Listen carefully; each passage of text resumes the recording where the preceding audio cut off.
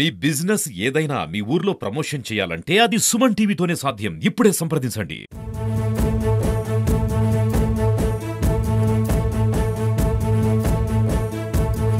నమస్తే సార్. నమస్తే అమ్మా. ముందుగా మీకు ఏఎంసీ చైర్మన్ అయినందుకు కంగ్రాచులేషన్ సార్. ఓకే అమ్మా. మీ కుటుంబ నేపథ్యం గురించి ఒకసారి వివరించారా సార్? అమ్మ మాది హనుమంతులపాడు మండలం ఇంపువారిపల్లి అమ్మ అసలు ఊరు. తర్వాత మార్కాపురంలో మా అమ్మగారిది మార్కాపురం. మమ్మగారు తీసుకొని వచ్చి నన్ను పెంచి పెద్దవాడిని చేసి నన్ను సాకి నా పెళ్ళిళ్ళు అన్ని చేసింది మమ్మోళ్ళేనమ్మా. వాళ్ళు గుంటకోవారు తూర్పు వీధి. ఇప్పుడు నేను ఉండేది కూడా తూర్పు వీధిలోనమ్మా. నేను తూర్పు వీధిలోనే అమ్మాయిని చేసుకుంది కూడా దగ్గుల వాళ్ళ అమ్మాయిని. పోతే నాకు ముగ్గురు కూతుర్లు ఒక కొడుకమ్మ. వాళ్ళందరికి పెళ్ళిళ్ళు అయిన మనమళ్ళు ఉన్నారు, మనమరాలు ఉన్నారు, అందరు ఉన్నారమ్మా. అది నా కుటుంబం. అసలు ఈ రాజకీయంలోకి ఎందుకు రావాలనిపించింది? మీ రాజకీయ ప్రస్థానం ఎప్పుడు మొదలైంది సార్? అమ్మా మా మేనమామ గారు గుంటక చెన్నారెడ్డి అని, ఆయన ఇదే పార్టీలో పార్టీ పుట్టినప్పటి నుంచి ఉండేవాడమ్మా. వాళ్ళతో పాటు మేము కూడా అట్నే కంటిన్యూ అయినామమ్మా. ఈ పార్టీ పుట్టిన కాడ నుంచి ఆయన టీడీపీ, మేము టీడీపీలో అట్నే కంటిన్యూ అయినామమ్మా. తర్వాత మాకు కొంచెం బిజినెస్ ఒక ఊహ వచ్చిన తర్వాత కందులనాయుడు సారు మేమంతా కలిసి ఇంకా ప్రయాణం చేస్తూనే ఉన్నామ్మా 22 సంవత్సరాల నుంచి. ఈ రాజకీయ రాకముందు బిజినెస్ చేస్తూ ఉండేవాళ్ళు? అమ్మ లేదమ్మా, వ్యవసాయం చేసేవాళ్ళు. వ్యవసాయం చేస్తూ తర్వాత ఇటు సైడ్ వచ్చాము. మీకు మన కందులనారాయణ రెడ్డి గారికి అనుబంధం ఎలా ఉంటుంది సార్? అమ్మ ఆయన మాకు దేవుళ్ళు అంటాడమ్మా. కార్యకర్తలకు కానీ మాకు కానీ నాయకులు కానీ మంచివాడమ్మా. ఆయన వద్దున్నా ఎప్పుడన్నా పోకుండా అదే 10 నిమిషాల్లో మళ్ళీ పిలుచుకోవడం మంచిగా ఉంటుందమ్మా మాకు. ఆయన నొక్కు మాకు చంద్రబాబు నాయుడు గారు, లోకేష్ బాబు గారు, పవన్ కళ్యాణ్ గారు, ఈ కూటమి వాళ్ళు అందరూ కూడా మంచి నాయకుడిని ఇచ్చారు మాకు ఇబ్బంది లేదమ్మా. అధికారంలో ఉన్న అందరితోటి పలకరించుకుంటూ బాగా మాట్లాడుకుంటూ ఆ కుటుంబ సభ్యులంతా మమ్మల్ని అందరినీ వాళ్ళ కన్న బిడ్డల లెక్క చూసుకుంటాం. సారు మీకు ఏఎంసీ చైర్మన్ ఇవ్వడం ఎలా అనిపిస్తుంది? సారు కంటే నేను పార్టీలో తిరుగుతున్నా సరే, ఈయనకు కూడా తూర్పుది నుంచి కంటిన్యూగా ఇస్తున్నారు. ఏఎంసీ చైర్మన్ ఎక్కువ తూర్పుది నుంచే ఇస్తారు, రెడ్డి గారి బజారని. అందుకని తూర్పుది నుంచి ఈయనకే ఇవ్వాలని ఆయన నిర్ణయించుకున్నాడు. నిర్ణయించుకున్న తర్వాత కూటమి సభ్యులు అందరూ కూడా సపోర్ట్ చేశారు. సరేలేండి ఇవ్వండి నేను సపోర్ట్ చేశారు. వాళ్ళ కుటుంబ సభ్యులు అందరూ కలిసి సరే ఒకసారి జామ్లే వెంకటరెడ్డి మావకని వాళ్ళు నిర్ణయించుకున్నారమ్మా.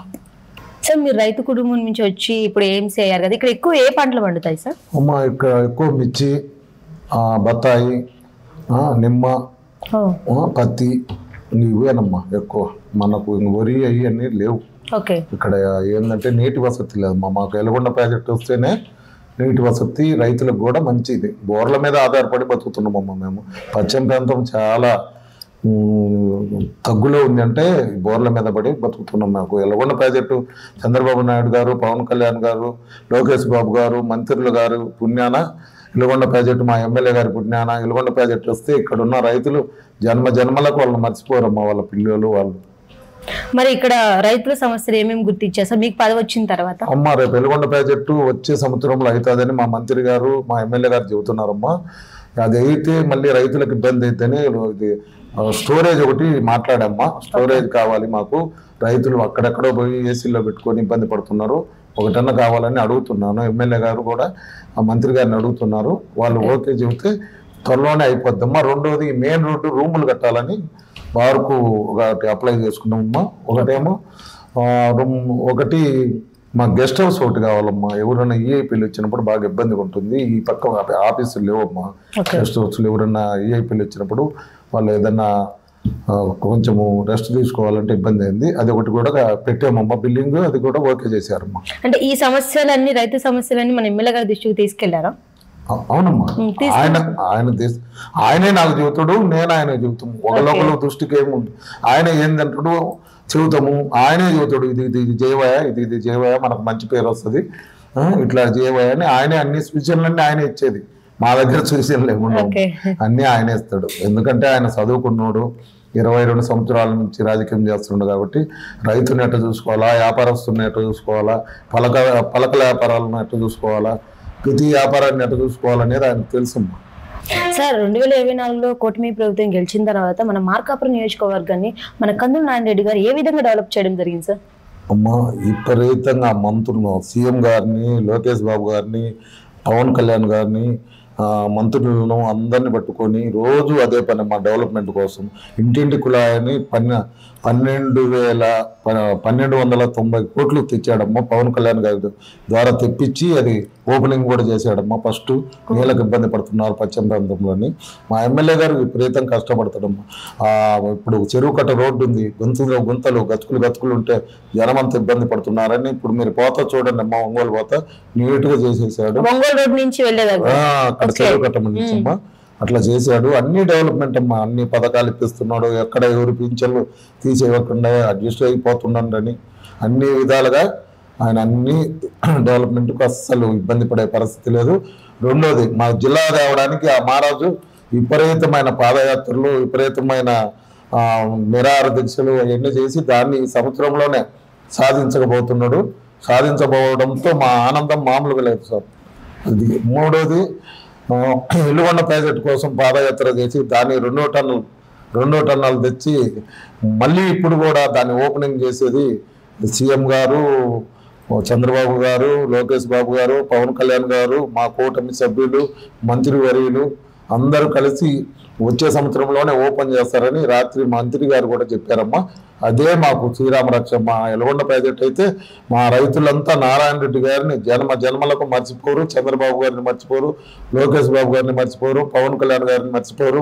మా జిల్లా మంత్రులు కానీ మంత్రులందరినీ, నిమ్మల రామనాయుడిని కానీ ఎవరిని మర్చిపోరమ్మా. అందరినీ దేవుడు లెక్క కొలుచుకుంటారమ్మా. సార్ మరి ఏఎంసీ చైర్మన్ గా వచ్చిన తర్వాత ప్రమాణ స్వీకారం ఒక భారీ స్థాయిలో ఒక పండగ లాగైతే జరపడం జరిగింది. సో ఎలా అనిపిస్తుంది సార్? చాలా ఆనందం ఉందమ్మా. మా ఎమ్మెల్యే గారి ఆధ్వర్యంలో బ్రహ్మాండంగా జరిగింది. మా ఎమ్మెల్యే గారు మంత్రులను పిలిచారు, ఎమ్మెల్యేలను పిలిచారు, చైర్మన్లను పిలిచారు. వాళ్ళందరినీ ఆయనే ఇన్వైట్ చేసి నన్ను బాగా చూసుకోవాలా, మార్కెట్ చైర్మన్ మనం ఇచ్చాము, ఆయన ఆనందపరచాలని నన్ను ఆయన చాలా కృషి చేశారు. ఆయన కృషి వల్ల నాకు రాత్రి ఫంక్షన్ విపరీతంగా జరిగిందమ్మా. అదే మీ అందరికీ తెలుసు, ప్రజలందరికీ తెలుసు అమ్మా. దీంట్లో ఏదైనా రాత్రి భోజనాల దగ్గర కానీ ఇంకొకటి ఎవరన్నా పిలవడంలో మర్యాద తగ్గినా కానీ నన్ను క్షమించాలని కోరుకుంటున్నా అమ్మా. అయ్యో, మామూలుగా చూసినట్లయితే భోజనాల విషయాల్లో చూసుకున్నట్లయితే ప్రతి ఒక్కరు చెప్తున్నారు సార్, ఇంత అద్భుతంగా ఇంత భారీ స్థాయిలో ఇప్పటివరకు ఎవరు పెట్టలేదని చెప్పేసి జనాలు అనుకున్నారు. దీని మీద మీ ఒపీనియన్ ఏంటి సార్? అట్లా ఎందుకుంటుందిలేమ్మా, ఎవరికి చేతనైనట్టు వాళ్ళు పెడుతుంటారు. మనకు చేతనైంది మనం పెట్టినాం, అది ఎక్కువ తక్కువ అనేది కాదు. మనకు చేతనైంది మనం పెట్టాము, వాళ్ళు తృప్తి పడ్డని వాళ్ళు ఎవరన్నా ఉన్నా వాళ్ళకి క్షమాపణ చెప్తారు. ఓవరాల్ గా మీరు ఏఎంసీ చైర్మన్ అయితే అయ్యారు మన మార్కాపురానికి. మరి ఇక్కడ ఉన్న రైతులకి మరి ఎలాంటి భరోసా ఇస్తారు చివరి మాటలో సార్?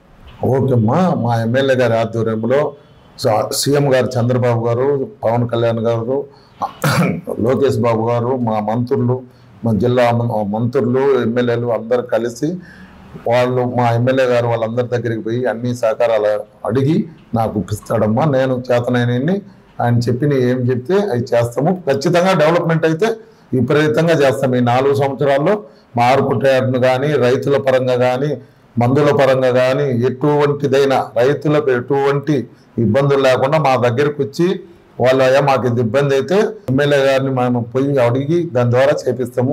ఎమ్మెల్యే గారు కూడా మాకు స్పందిస్తారు, ఇబ్బంది లేదు. మా ఎమ్మెల్యే రైతులకు పక్షపాతి, అటువంటి ఇబ్బంది లేదు.